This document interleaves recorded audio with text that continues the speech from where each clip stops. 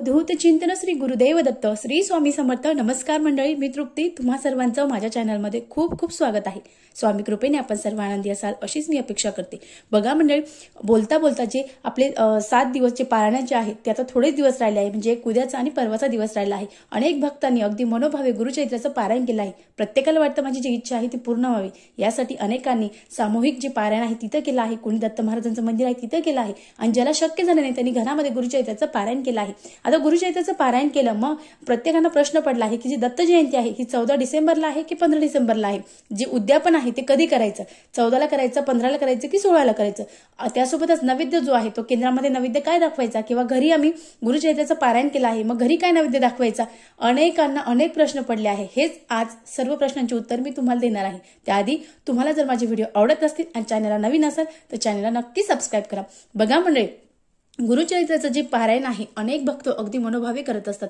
कठीणातली कठीण जी इच्छा आहे ती पूर्ण होण्यासाठी अनेक भक्त अगदी मनोभावे अटी तटी नियम करून गुरुचरित्राचं पारायण करत असतात. ज्याला शक्य होईल ते सामूहिक करतात, ज्याला शक्य नाही ते घरी जेव्हाही वेळ भेटेल तेव्हा ते गुरुचरित्राचं पारायण करत असतात. आपण अगदी मनोभावे व्यवस्थित मांडणी करून गुरुचरित्राचं पारायण केलं आहे. तुमची जी इच्छा आहे ती दत्त महाराज लवकरात लवकर पूर्ण करणार आहे. आता आपल्याला जे नैवेद्य आहे किंवा उद्यापन आहे ते कधी करायचं. बघा मंडळी, अनेकांना प्रश्न पडला आहे की 14 डिसेंबरला दत्त जयंती आहे की 15 डिसेंबरला. आपला जी काल निर्णय कॅलेंडर आहे त्यामध्ये 14 डिसेंबरला दत्त जयंती दिली आहे, कारण पौर्णिमा ही 4:59 लागणार आहे. आणि त्यानंतर जे दिंडोरी प्रणित जे कॅलेंडर आहे त्यामध्ये दत्त जयंती आपल्याला ही 15 डिसेंबरला दिली आहे. पण अशी मान्यता आहे की ज्या दिवशी जी तिथी सूर्याने बघितली आहे त्या तिथीला आपण तो दिवस साजरा करतो. म्हणजे 15 डिसेंबरला पौर्णिमा ही सूर्याने बघितली आहे, त्यामुळे आपल्याला जी दत्त जयंती आहे ही 15 डिसेंबरला साजरी करायची आहे.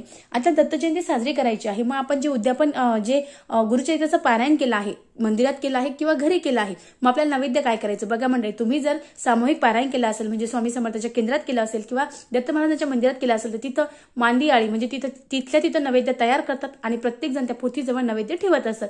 मग आपल्याला घरून काहीही नैवेद्य नेण्याची गरज नाही. तुम्हाला तिथं बसायचं आहे, तो नैवेद्य दाखवायचा आहे. नैवेद्य दाखवल्यानंतर तुम्हाला तो नैवेद्य तुम्ही तिथं ग्रहण करू शकतात, खाऊ शकतात, नाही तर घरी येऊन तुम्ही त्या नैवेद्य खाऊन उपवास सोडू शकतात. त्यानंतर तुमची पोथी चौरंग पाठ जो तुम्ही नेला आहे तो घरी आणू शकतात.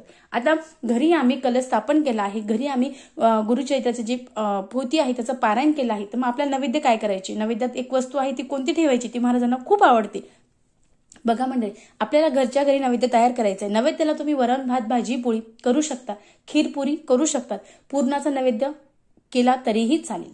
पण महाराजांना अतिशय प्रिय म्हणजे घेवड्याची भाजी महाराजांना अतिशय प्रिय आहे. गुरुचरित्राच्या ग्रंथामध्ये सांगितलेले आहे की एक ब्राह्मण होता, त्यांच्या घरी जे आपले गुरुदत्त होते ते जायचे तेव्हा ते घेवड्याची भाजी तिथं जेवण करायचे. आणि त्यानंतर त्यांनी त्यांच्या घरी काहीही नसताना गुरु महाराजांनी त्यांना सांगितलं की तू हे घेवड्याचं झाड जे आहे किंवा घेवड्याचा जो वेल आहे तो काढून टाक. त्यांनी काही विचार न करता, काही त्यांच्या पुढचा उदरनिर्वाहाचा विचार न करता त्यांनी ते जे वेल आहे तो कापून टाकला. आणि त्यानंतर त्या वेल्याच्या मुळाखाली त्यांना एक हंडा सापडला आणि त्यानंतर त्या ब्राह्मणाचा उद्धार झाला. त्यामुळे दत्त महाराजांना जी घेवड्याची भाजी आहे ती अतिशय प्रिय आहे. जेही भक्त महाराजांना गुरुचरित्राचं पारायण करा अथवा ना करा, पण जेही भक्त दत्त जयंतीच्या दिवशी महाराजांना घेवड्याचा नैवेद्य दाखवतो, महाराज खुश होऊन त्यांना अगदी मनोभावी जो ही त्यांची इच्छा आहे ती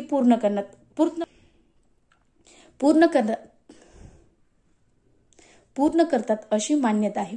आपल्याला नैवेद्याला तुम्ही वरण भात भाजी पोळी काही करा, घेवड्याची भाजी त्यामध्ये ठेवा. आपल्याला 4 नैवेद्य वाढायचे आहे. 4 नैवेद्य कुणासाठी. बघा मंडळी, पहिली आपली कुलदेवता. आपण कोणताही कार्यक्रम असू द्या, कोणताही सण असू द्या, सर्वात प्रथम आपण जे मान दिला पाहिजे तो म्हणजे आपल्या कुलदेवतेला.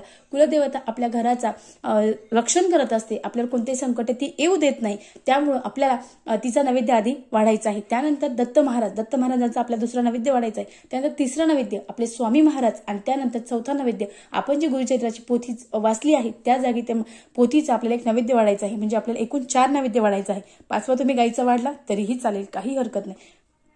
मात्र हे 4 नैवेद्य आहे. हे 4 नैवेद्याचं काय करायचं. गाईला खाऊ घालायचं का नाही. तुमच्याकडे जर गाय येत असेल, आजूबाजूला गाय असेल, तर तुम्ही त्यातला एक कोणता तरी नैवेद्य घ्या आणि तो गाईला खाऊ घालू. त्यानंतर जे बाकीचे 3 नैवेद्य आहे, मग 3 नैवेद्याचं काय करायचं. तुमच्या कुटुंबातले जेवढे सदस्य आहेत त्यांनी तो प्रसाद म्हणून तो नैवेद्य ग्रहण करायचा आहे. कारण त्यामध्ये जी आपण जो नैवेद्य आपल्या देवांना दाखवले आहे तो नैवेद्य आपल्याला खायचा आहे। बाहेर सर्वांनी जे कुटुंबातले व्यक्ती आहेत त्यांनी खा, बाहेरच्या कुणालाही तो नैवेद्य देऊ नका। आता त्यानंतर जी समाप्ती आहे ती कधी करायची, 15ला करायची का 16ला करायची? बघा मंडळी, गुरुचरित्राची जी पारायण असतं, सांगता असते, ती आपण 16 तारखेला करणार आहोत। त्यामुळे आपल्या जी पूजा आहे ती पूजा त्या दिवशी हलवायची नाही, किंवा आपण जी पोथी ठेवलेली आहे ती सुद्धा आपल्याला त्या दिवशी हलवायची नाही। आपल्याला दुसऱ्या दिवशी म्हणजे 8व्या दिवशी आपल्याला ही पूजा जी आहे किंवा आपले जे गुरुचरित्राचं पोथी आहे ती आपल्याला त्या करायचं आहे। मग आता उद्यापन करायच्या दिवशी आपल्याला काय करायचं? आपण जे कलश स्थापन केला होता, तांदूळ होते, त्यासोबतच जे दत्त महाराजांचा फोटो आहे तो आपल्या प्रथम आपल्या हातात अक्षता घ्यायचा आहे। त्यानंतर आपल्याला अक्षदा ज्या कलशावर महाराजांच्या फोटोवर गुरुचरित्राच्या पोथीवर टाकायचा आहे आणि कलश आपल्याला डाव्या साईडने हलवायचा आहे। हलवल्यानंतर आता ती नारळ आहे, मग त्या नारळाचं काय करायचं? नारळ हे आम्ही घरी फोडून खाऊ शकतो का? नाही। आपल्याला ती जे नारळ आहे, आपण जेव्हा गुरुचरित्राच्या पोथीचे जेव्हा आपण मांडणी केली होती त्यावेळेस आपण कलश स्थापन केला होता, त्यावेळेस आपण त्यांना दत्त महाराज मांडून तो कलश आहे तो स्थापित केला होता। त्यामुळे त्या नारळामध्ये आपण दत्त महाराजांची प्रतिमा किंवा दत्त महाराजांना मानून ठेवलेला आहे, त्यामुळे तो आपण फोडून खाऊ शकत नाही। मग काय करायचं? आपल्याला लाल कपडा घ्यायचा आहे आणि लाल कपडा घेऊन आपल्याला त्यांना लाल कपड्यामध्ये गुंडाळून घरामध्ये ठेवायचं आहे। घरामध्ये असं ठेवा की कुठे तिचा हात वगैरे काही कुणाला लागणार नाही आणि व्यवस्थित ते नारळ ठेवायचं आहे। कारण हे नारळ आपण जर घरामध्ये ठेवलं तर आपल्यावर कोणतेही संकट येत नाही, आपल्या ज्या अडीअडचणी आहेत त्या येत नाही, कोणतेही संकट दत्त महाराज आपल्यावर येऊ देत नसतात। त्यामुळे अनेक भक्त अगदी मनोभावे हे जे नारळ आहे ते वर्षानुवर्ष आपल्या घरात ठेवत असतात। तुम्हाला जर घरात ठेवणं शक्य होत नसेल तर तुम्ही वाहत्या पाण्यामध्ये देखील तुम्ही हे टाकून देऊ शकतात, कारण त्याला काही विटा, सुतक वगैरे ह्या गोष्टी चालणार नाही। शक्य असेल तर घरात ठेवा, नसेल शक्य होत तर तुम्ही वाहत्या पाण्यामध्ये देखील टाकू शकतात, पण चुकूनही याला फोडून खाऊ नका। आपण त्यांना दत्त महाराज मानलेलं आहे। त्यानंतर जे तांदूळ आहे ते तुम्ही गाईला खाऊ घालू शकतात। पानं वगैरे आहे ते आपल्याला मध्ये टाकून द्यायचे आहे, कपडा तो आहे तो उचलून घ्यायचा आहे। त्यानंतर जे पाणी आहे ते आपल्याला झाडाला टाकून द्यायचं आहे, पाणी पायाच्या खाली जाणार नाही, तुम्हाला विशेष काळजी घ्यायची आहे।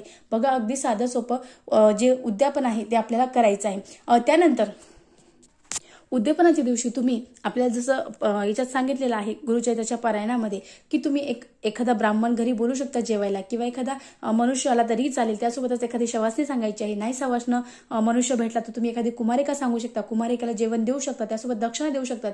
त्यासोबत जर शवासनी येत असेल तर शवासनीची ओटी भरायची आहे, तुम्ही साडी देऊ शकतात किंवा खण नारळाने ओटी भरू शकतात, फळांनी ओटी भरू शकतात। त्यानंतर त्यांना विधिवत नमस्कार करायचा आहे। तुम्हाला काही दक्षिणा देता येत असेल तर तुम्ही दक्षिणा देखील देऊ शकतात। बघा, अगदी असं साधं सोपं हे उद्यापन आहे, अवश्य करावं। अवश्य तुमच्यावर दत्त गुरु महाराजांची कृपा राहील। व्हिडिओ आवडला असेल तर चॅनलला सबस्क्राईब करा। परत भेटू एका नवीन व्हिडिओमध्ये। श्री स्वामी समर्थ। धन्यवाद।